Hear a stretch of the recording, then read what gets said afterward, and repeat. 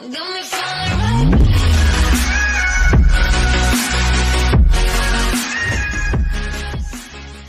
guys, welcome back to my channel. So for today's video, we are going to be trying out a mask. We are in my new bathroom. This is the first video I've filmed here. I'm sure there'll be many more to come, but yeah. So anyway, we are trying out the Glamglow glitter mask. So it looks like that with all the little glitter in there. It is hollow glitter. So I'm sure Christine from Simply Nailogical is excited about this. But yeah, so this is a glitter peel-off mask from Glamglow. From what I understand, and from working at Sephora and being in Glamglow all the time, I don't really find a differentiation between the formulas between this mask and the other peel-off masks that they have. So if you already own those, I don't think you need to go out and get this one, so to say, or especially if you own the Gravity Mud, I wouldn't say this is necessary. This is more of just a fun mask to do with friends or at home or for Instagram. It's always a good Instagram pick. But in my personal opinion, and actually professional opinion as an esthetician and Sephora cast member, I don't really honestly find peel-off masks to be very effective. I don't think they really do much. If you go to an aesthetic spa and you get like a rubber peel-off masks, those are very different than the ones that are available to consumers at Sephora or any other retailer that you could go to. That is a licensed professional product. So that's something that I would be able to get through my license. And those are effective, but these kinds, they don't really do anything. They're more fun, so I wouldn't necessarily go out and get this one. It's just annoying. I'd rather do a regular gel firming mask. So anyway, let me just get into this guy. I guess I could have said all these things while I was applying. But I'm gonna use a brush. This is just a flat synthetic Taklon brush. It does come with one when you get it, but I don't have it. You do need the Glamglow peel-off masks to be quite thick, otherwise you're gonna have a really hard time peeling them off. That's why I'm thinking this is gonna be not good. I do recommend applying this product with a brush though. Because of the star glitter that's in it, the brush lays it down a little more flat than your hands. And in all honesty, the star glitter I think is the dumbest part of this mask. It is so dangerous to have star glitter in here. I get that it's in a peeling, it's like suspended in a peeling solution, so none of the glitter is gonna go loose and get in your eye, but just if someone doesn't realize that this is a peel-off mask and tries to wash it off, it's just, having edged glitter is not a good idea. But it is a fun mask, so whatever. It hurts too. It can hurt as you're applying it if you catch the corner of a star. So right now I'm just trying to build up the thickness of this layer so that I can peel it off a little bit easier. Ow! God. So if you can't already tell, I don't like this mask. The star glitter is the main reason why I don't like it. It's honestly painful. It's not comfortable to put this on. Ow! Like it literally hurts, and I'm not just being like a baby about it. I do microderm and acid peels, and this is really, really uncomfortable. And I tried it on my boyfriend too, and he hated it. Ow!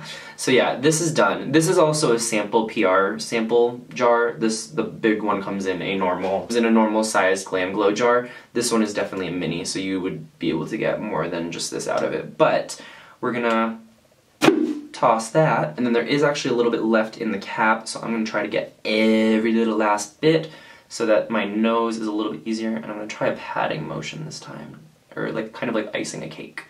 And kind of, don't do that, don't do that. That would really hurt. So let me zoom in a little more. Alright, I'm gonna be straight up honest. This shit's really fucking cool. Like, it looks so cool on, and I feel super, super extra fucking fabulous. But it's uncomfortable. Like, it's actually uncomfortable wearing it because of the glitter. Regular peel-off masks don't feel like this. This is definitely giving, like, I can feel it when I talk, so I'm probably gonna end this now and let this sit and come back to peel it off. I'm not gonna talk during it because this is actually really annoying. So I will be back in about 15 to 20 minutes. I'll see how long it takes. I didn't get a super thick layer, so I'm thinking closer to the 15-minute mark, but I could be wrong. The box says 25 to 30, so it may take 25 to 30. So yeah, I will be back in a little bit, and then we will peel this bitch off. Alright guys, so we are back. It has been probably about 45 minutes. I just gave it an extra couple, like 10 minutes just to be on the safe side, and it is completely dry. They recommend you trying to peel off from the edge. I don't like doing that with peel off masks. I just will like widen my face, and then that'll kind of lift this lip up here, and then you can just peel them off, and they're a little bit easier. And this one actually came off really easily, very, very easy. I guess I did do a thick enough layer.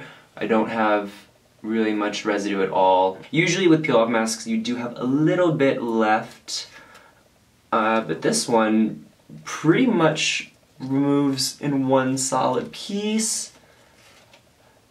And yeah, look at that.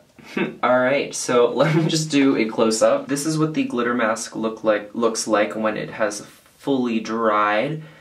Ooh, I'm trying to poke my nail through it. It's actually very, very elastic. It stretches a lot before it breaks, at least with like puncture pressure. Like when I stretch it, it breaks pretty easily, but when I try to break it using just the pressure of me puncturing it, it's actually quite resilient, and I'm having to press very hard to get through that. So that's interesting. So yeah, I'm gonna go take a shower and rinse this last little bit off, and then I'm just gonna toss this in the trash. I don't recommend putting it in the sink or in the toilet just because in case it dissolves, and I don't know, just throw it out. So I didn't do a close-up beforehand, but my skin, it doesn't look any different, to be quite honest with you. It doesn't feel any different. I don't feel dry though. I was expecting that because the Gravity Mud, for some reason, the Gravity Mud sometimes makes me feel dry whenever I've tried it. And I've only tried it a couple times just to either show a friend or the first time I was trying it.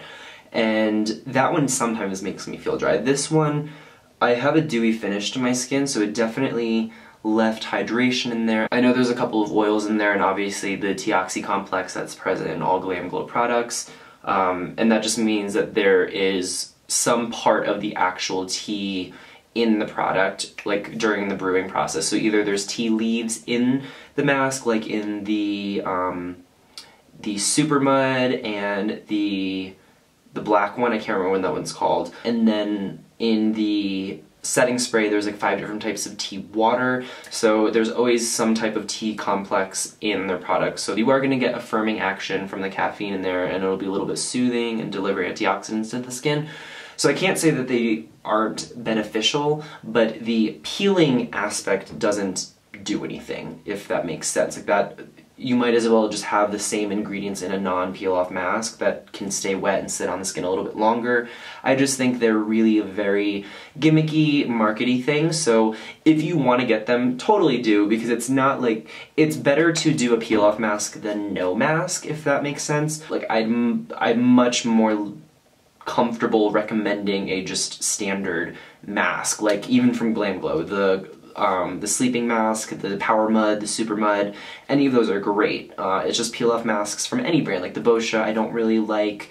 They're all just really weird. So guys, that concludes this video. I hope you enjoyed me demoing the Glamglow glitter mask.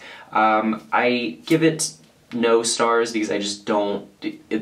And please don't take this as a slight towards the brand. Glamglow is one of my favorite brands. I use their setting spray daily during custom makeovers at Sephora, and I sell that setting spray like crazy. It's one of the only ones we carry at Sephora besides Cover FX and Too Faced, the Hangover, that do not contain alcohol, so I highly recommend it, and it's amazing. There, again, I said there's 5 different types of tea in it, and that's about it. So I will see you guys in my next one. Thank you so much for watching. I think the next video will be a PR-based video, whether it be an unboxing or review, I'm not sure yet, but it will be based on that. I've gotten quite a few things in the last few months that I haven't done videos on, so I will show those, and I will see you all next time. Again, thank you, and until then, bye ya.